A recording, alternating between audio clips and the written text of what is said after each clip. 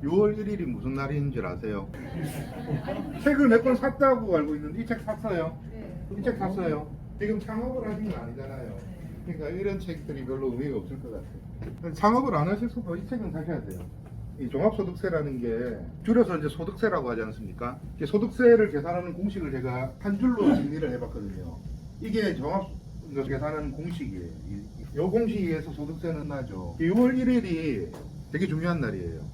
방금 저번에 얘기했다시피 흔히 우리가 부동산 그때 보유세라고 하죠.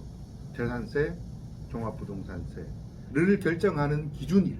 그래서 이런 경우 있잖아요. 올해 집을 샀는데 내가 재산세를 내야 돼? 말아야 돼? 가령 6월 1일 이전에 뭐 말날 예를 들어서 집을 샀어요. 그러면 재산세 내야 돼요. 올해부터. 6월 2일에 샀어. 그러면 내년에 내면 돼. 6월 1일이 굉장히 중요한 날이거든요. 그 집을 이제 사거나 팔 때 반대로 이제 파는 경우라면 또 반대로 하면 되겠죠. 가능한 6월 1일 전에 팔면 되잖아요. 종부세 대상자 같으면요 커요. 그 신문 헤드라인 뉴스에 이런 게 떴던데 세금 폭탄, 양도세 최고 세율 82.5 그런 기사 본 적 있어요? 그 기사 보면 어때요? 82.5% 세금 폭탄이란 기사를 헤드라인 제목을 딱 봤어요.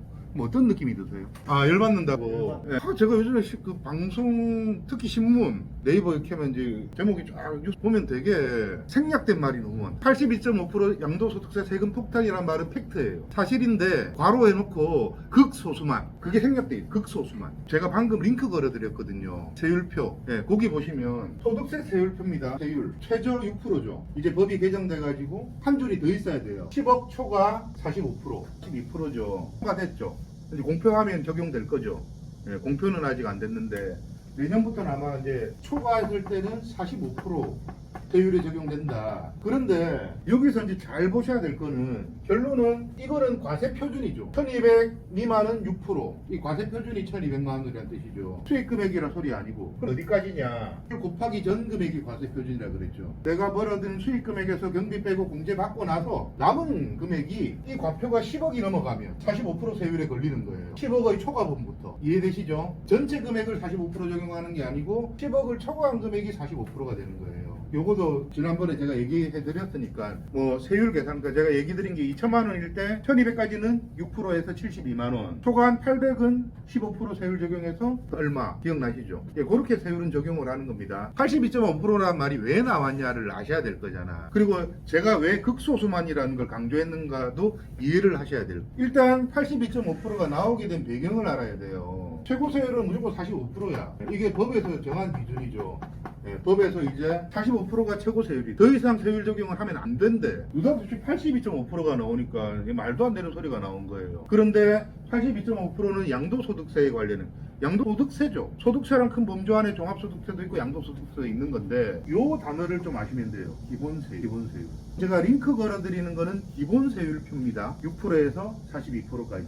이제 바뀌면 45%까지. 이 세율을 하는데 양도소득세는요. 비과세 들어보셨죠? 양도소득세 비과세. 그리고 비과 상반되는 개념이 중과세라는 말도 들어보셨나요? 양도소득세 중과세. 요 기본세율을 기준으로 해가지고 원칙은 기본세율을 적용하는 거예요. 양도소득세도 6에서 42%까지의 기본세율을 적용하는데 비과세가 있고 중과세가 있는 거예요. 비과세는 말 그대로 세금을 과세하지 않겠어. 땡큐죠. 중과세는 세금을 더 과세할 거야. 조정대상지역이란 말은 들어보셨나요? 정부에서 정한 조정대상지역 안에 들어가 있는 집의 내가 주택이 2개야. 2주택자야. 원래는 중과를 했던 게 요번에 법이 바뀌어가지고 20% 중과를 해요. 그러면 최고세율 45%에서 중과 20%가 적용이 됐어. 그러면 여기서 더하기 20을 하는 거예요. 이해되시나요? 그럼 65%가 세율이 나오죠. 그런데 조정대상지역 안에서 내 집이 3개야. 3주택이야. 그러면 현재는 20% 중과를 적용했는데 법이 바뀌어서 이제 30% 중과를 적용해요. 그러니까 이렇게 되는 거죠. 조정대상 지역 안에 있는 3주택자죠. 그러면 75%가 되죠. 더하니까. 그런데 이 소득세는요. 75%에서 계산된 금액이 있을 거잖아요. 이 금액의 10%를 지방소득세로 내야 돼. 그러면 75%의 10%면 얼마죠? 그래서 더하면 82.5가 나오고. 이래서 헤드라인 뉴스가 그렇게 된 거예요. 82.5% 세금 폭탄.